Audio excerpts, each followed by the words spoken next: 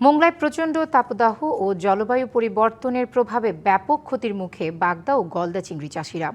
মৎস্য বিভাগ বলছে ভাইরাস আক্রমণ প্রতিরোধে নিয়ম মেনে চিংড়ি ঘের প্রস্তুত করতে হবে। এছাড়া সঠিক ব্যবসায়িক পরিকল্পনা ও চিংড়ি চাষিদের যথাযথ প্রশিক্ষণের মাধ্যমে ভাইরাস আক্রমণ অনেকাংশে কমানো সম্ভব।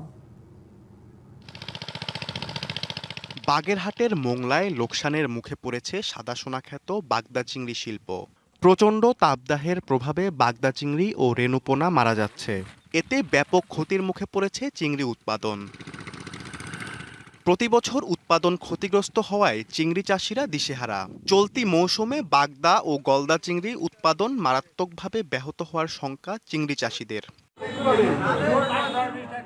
মোংলায় প্রায় ৮,০০০ চিংড়ি ঘেরে ১৪,৫০০ হেক্টর জমিতে চিংড়ির চাষ হয়ে থাকে।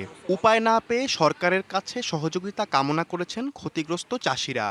বর্তমানে এই ২-৩ বছর আমরা বিরাটভাবে যারা চিংড়ি চাষি মার খেয়ে যাচ্ছে। তো এর একটা মাত্র কারণ হচ্ছে অজ্ঞাত এক রোগ, যেটাকে আমরা ভাইরাস হিসেবে চিহ্নিত করেছি। তো ইদানিং একটা মাছের অজ্ঞাত রোগ, মাছ লাল হয়ে মারা যাচ্ছে। এই কারণে আস্তে আস্তে ঘেরের ব্যবসা ডাউনের দিকে।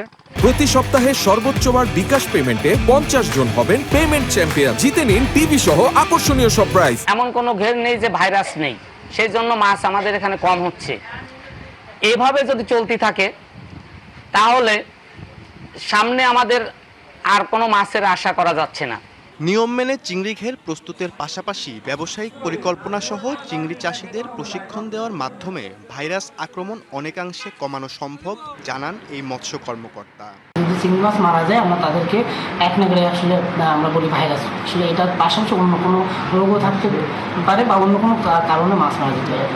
গেল বছর মোংলায় প্রায় ৬,০০০ মেট্রিক টন চিংড়ি উৎপাদন হয়েছিল, যা এবার ২০ থেকে ৩০% নেমে আসতে পারে ধারণা মৎস্য বিভাগের। DBC news desk.